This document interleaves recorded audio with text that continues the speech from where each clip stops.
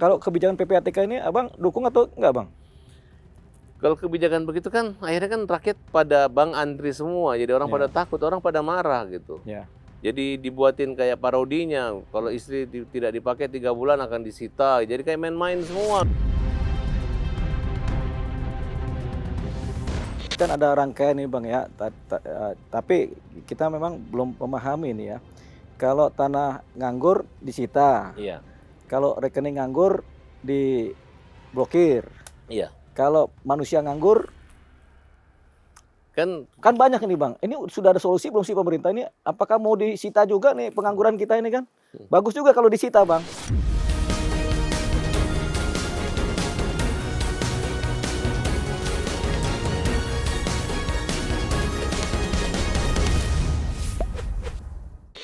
Ya, pemirsa cumi-cumi.com. Saat ini saya bersama Bang Farad Abbas. semangat pembela kaum lemah. Trademarknya pembela kaum lemah ya. Kaum lemah. Kita berkembang ke topik lain Bang yang lebih spesifik Bang. Mengenai ini kesejahteraan ya Bang ya. Ini terkait dengan PPATK Bang. PPATK ini kan kemudian kemarin tuh memberikan suatu kebijakan yang sangat rasanya kalau bagi kami jahat ya. Bagi rakyat jahat karena ada rekening nganggur 3 bulan langsung diblokir begitu kan. Dengan Bapak Ibu ada sekitar 30 juta rekening kalau nggak salah. Iya. Gitu. Yang kemudian diblokir. Ini kan dampaknya luas sekali Bang. Sementara dunia perbankan, masyarakat kan itu sifatnya kan kepercayaan ini kalau dunia perbankan. Iya. Kalau itu begini kan apa nggak negara kita bisa hancur ini Bang. Jadi ini kebijakan PPATK ini kalau terkait dengan pemerintahan kita yang sekarang ini apakah memang ada perintah begitu dari presiden atau tidak Bang? Saya nggak mengerti ya. Tapi kalau kita bicara hakikat daripada perbankan itu kan orang diajak gerakan menabung gitu. Ya. Menabung tuh supaya apa? Supaya dapat bunga, dapat Mhm. keuntungan, dapat keamanan gitu. Ya. Karena kalau bisnis lebih untung dibanding disimpan di bank. Ya. Kalau perlu kita pinjam uang di bank. Hanyalah fungsi di bank yang mengelola uang itu sehingga bisa menambah kebesaran bank dan menambah pendapatan negara karena dia sentral kan di Bank Ya. Indonesia gitu. Ya jadi kalaupun rekening kita juga nggak kemana-mananya deposito nggak nganggur ya nggak perlu disita gitu. Ya ini kan diblokir nih. Nah, Ya jadi kalau banyak juga korban juga nih. ya dampaknya kan orang penarikan besar-besaran, Iya, rasa ras takut ya. sehingga orang nggak merasa nyaman percaya di bank gitu.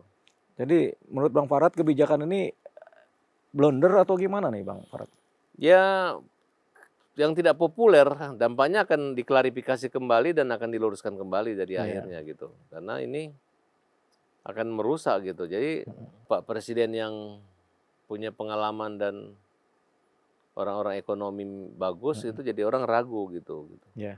Tapi saran saya buat Pak Presiden Prabowo, Pak cari aja putra-putra terbaik bangsa ini untuk membantu Bapak memimpin Bapak. Jangan cari lagi orang yang kemarin membantu kampanye, orang yang kenal Bapak, ajudan Bapak, sepupu Bapak, ini ngapain Pak gitu. Repot nanti. Misalnya harus cari yang terbaik dan memang mau bekerja buat negara ini Pak. Banyak gitu. Bapak nggak usah takut, semua akan loyal dan setia sama Pak Presiden gitu. Ya. Bukan berarti semua menteri harus ininya, harus sepupunya, harus keluarganya, harus ini, Ya. harus ajudannya. Ini kan ribet gitu nanti. Sekarang sih orang oke-oke aja, tapi nanti kan apa bedanya zaman dulu dengan zaman sekarang gitu. Cari orang terbaik, cari orang yang berkualitas. Gitu Bang. Kalau perlu Pak Deo ini Pak jadiin menteri gitu kan. Mau jadi menteri nggak Bang ini? Enggak. Oh, enggak. Nah ini kan sayang sekali PPATK ini kan ketuanya kan. Ini ketuanya dipilih presiden nggak sih Bang? Ketua PPATK ya ditunjuk oleh presiden. Presiden. Ya, Presiden tapi yang terdahulu usulan apa dari presiden sekarang ini? Kita belum tahu PPATK juga sekarang ya. masih Pak Joko apa? Kalau nggak salah udah dipilih lagi kembali lagi. Oh dipilih kembali lagi. Jadi mungkin kalau kita boleh berpendapat nih Bang ya. Ini kebijakan dari pimpinan PPATK ini kebijakan geblek nih Bang. Gitu. Bahkan cenderung kebijakan yang goblok ini kan. Karena ini berisiko terhadap perekonomian negara Indonesia. Begitu. Kan kita bisa analisa secara cepat ini kan. Iya. Jadi sebaiknya ini harus diganti nih ke ketua PPATK nih Bang. Sama nggak pendapatnya sama saya nih Bang Farad? Ya kita yang penting ini artinya gini ya. Ini juga saya anggap tes bahwa orang Indonesia juga nggak gampang emosian, makin pintar gitu. Ya, Tinggal dikoreksi aja. Memang PPATK ini mungkin dia ada kelebihan juga. Mungkin juga dia nggak mengerti sesimpel itu dampaknya kan seperti ini gitu. ya, Mungkin tujuannya supaya masyarakat ini bisa memberdayakan, jangan hanya uang itu sebagai tidak bergerak. Dia mhm, lupa mhm, bahwa uang itu yang menggerakkan di perbankan itu bukan pemilik uang tapi pemilik bank kan gitu kan. betul, heeh, Ya dia bisa menganalisa pinjam ini bagaimana bisa kesanggupan membayar bunga, berkembang banknya, kemudian nasabahnya, kreditur, debiturnya itu maju gitu. Itu aja sih kalau saya. Tapi kan presiden kan punya pemikiran kalau memang ketua PPATK-nya tidak bagus, dia pasti akan ganti. Tapi kalau masih bagus orangnya, ya. mungkin susah nih nyari orang-orang pintar dan jujur gitu. Ya kan ada Bang Farhat ini kan, masih bisa ini kan jadi ketua Ya, PPATK ini. kalau aku sih senangnya jadi pengacara aja. Ya, Dan aku kan sekarang jadi ketua umum partai kan. Aku ya, mencoba mau mencari yang terbaik lah gitu. Jadi memang partai kita memang partai non parlemen, tapi di otak kita itu adalah kesejahteraan masyarakat aja gitu yang paling utama. Nah, salah satu yang saya kembalikan tadi, apakah semua perbuatan atau kebijakan pemerintah itu bisa bermanfaat dan menciptakan kesejahteraan buat rakyat atau tidak gitu. ya. Nah, kalau bisa kita dukung gitu. Tapi kalau tidak hanya untuk sekelompok orang ya susah Ya kalau gitu. kebijakan PPATK ini Abang dukung atau enggak Bang?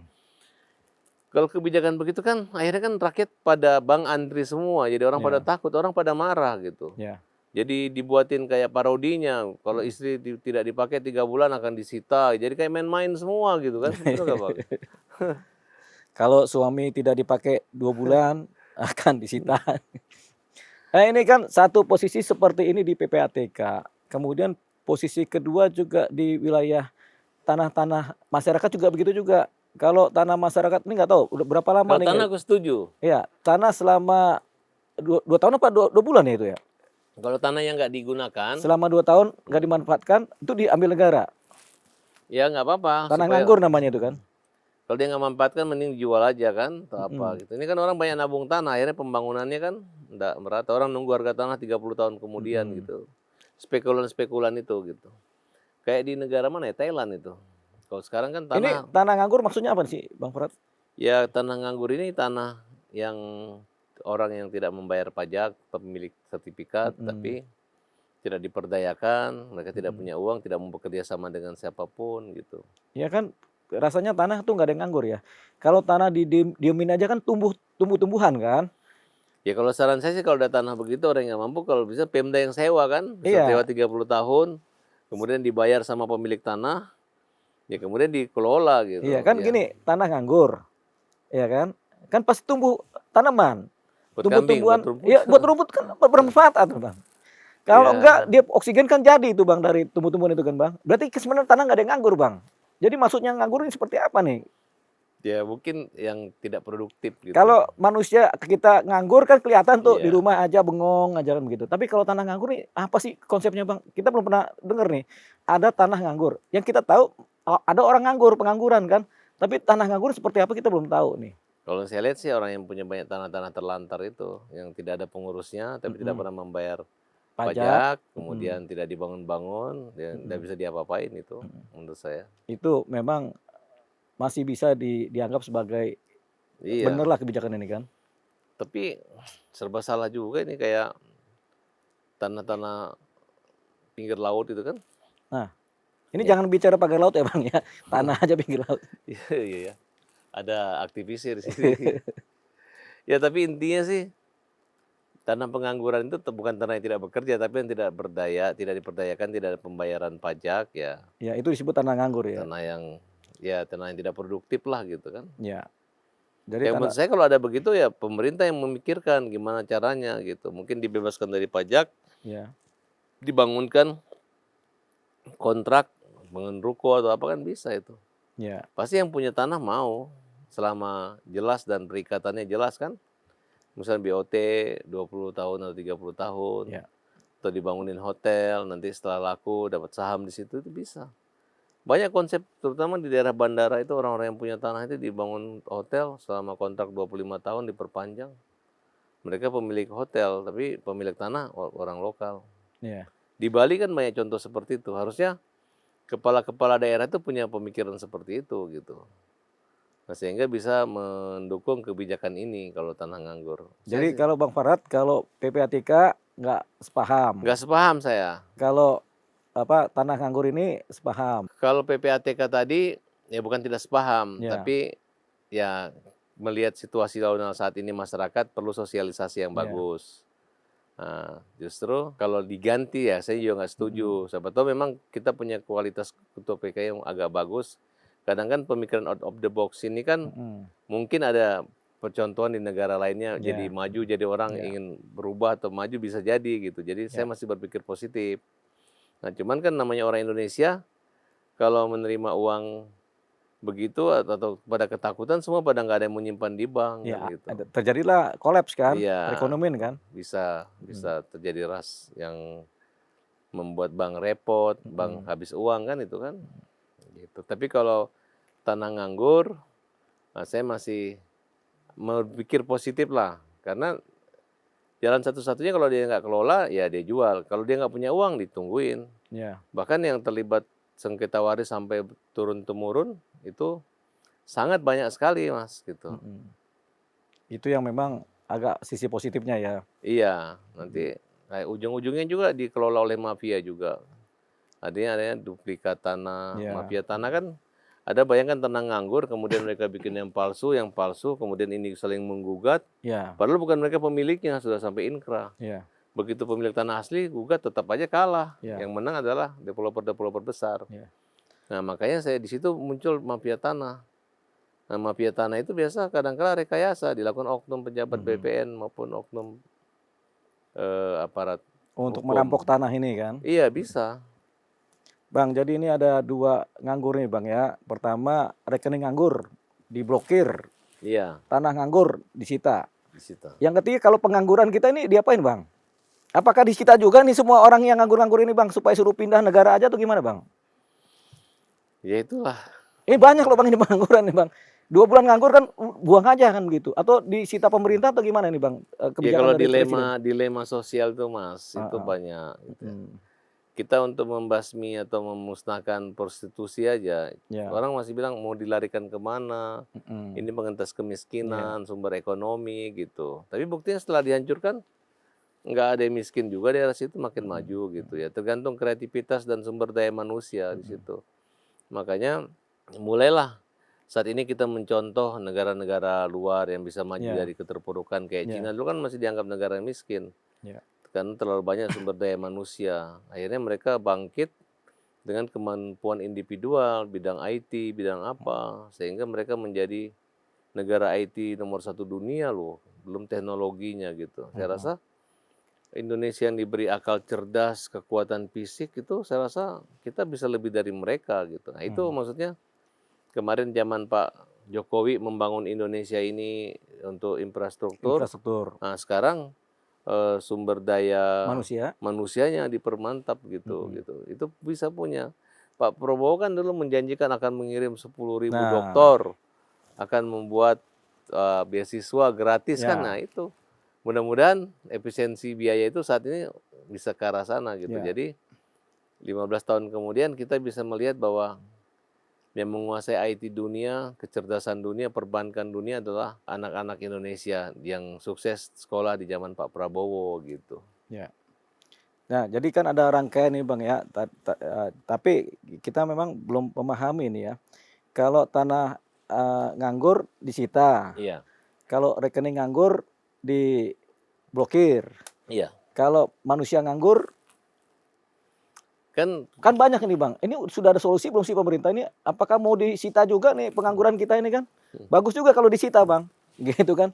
kalau di luar Kan negeri yang sita jaminan yang nganggur itu ada, jamin luar negeri. ya Kalau di jaminan. Indonesia gimana yang nganggur ini Bang? Apa Kalau di dibiarin luar aja negeri orang SDM-nya? kalau dikasih jaminan sosial dia malu. Ya. Makanya aku harus bangkit, aku harus bekerja gitu. Kalau kita yang bekerja pun juga pura-pura miskin sepeda aja gitu aja bedanya. Berarti kita harus jadi bangsa yang rajin gitu kan. Pengangguran di Indonesia ini mungkin bisa sampai 30% dari populasi kita mungkin Bang ya. Oh bukan, kalau Nah, coba Indonesia ya, sisi statistik Tunggu gimana? dulu. Hmm. Jadi gini, kalau di luar negeri orang yang terdata nganggur dapat jaminan sosial. sosial. Dia malu hidupnya mendapatkan karena Ya, tercatat ketahuan gitu. ya. Kalau di Indonesia lain. Nah, Jadi kalau dapat fasilitas itu terbalik, istri Pak RT, si Pak Desa pura-pura bilang nganggur. Padahal Pak Desanya udah dapat gaji, istrinya dibilang pengangguran gitu. Ke ya. keluarganya kan Biar gitu, dapat bansos. biar dapat bansos. Bansos Gitu buat lah. judol kan. Jadi yang miskin nggak dapat, tapi yang dapat yang KKN ya begitu. Ya, inilah kebijakan pemerintah ya. Jadi kita sebenarnya walaupun ngobrolnya dari selatan ke utara, barat ke timur, sebenarnya ada benang merahnya Bang Farad ya. Iya, Pertama adalah mengenai kebijakan pemerintah presiden kita. Yang pertama adalah mengenai abolisi dan amnesti, di amnesti. mana koruptor kemudian diampuni Iya. dengan tujuan politik. Kemudian ini kan dua nih kan. Ini kan kebijakan jadinya kan Bang, gitu kan? Jadi gini, ada di Indonesia ini yang koruptor bisa diampuni. Ada. Yang tidak bisa diampuni adalah istri yang selingkuh. Oh. Oh, ada yang bisa ampuni istri yang selingkuh? Ada kalau itu Bang, ada. Kalau suami yang selingkuh diampuni ya. Asal setorannya gede Pak katanya gitu. Ya, itu satu ya kebijakan pemerintah yang kemudian timbul tanda tanya sampai Iya, sekarang. Ada yang pro dan kontra. Yang kedua kebijakan rekening nganggur juga diblokir, itu juga menimbulkan pro kontra. iya, Yang ketiga kebijakan tanah nganggur yang disita juga menimbulkan pro pro kontra. kontra. Yang ke yang terakhir yang keempat nih pengangguran juga belum ada kebijakan sampai sekarang. Apa sudah ada kebijakan yang terakhir ini, Bang? Pengangguran? Iya, Belum, masih belum ada kan? kalau kesejahteraan menyangkut makan gratis saja, Iya, makanan bergizi kesehatan. itu. Tapi kalau pengangguran silakan cari kerja sendiri. Begitu kali, Bang? Ya, kalau kalau sekarang masih belum, dananya efisiensi dana juga Masih belum ada.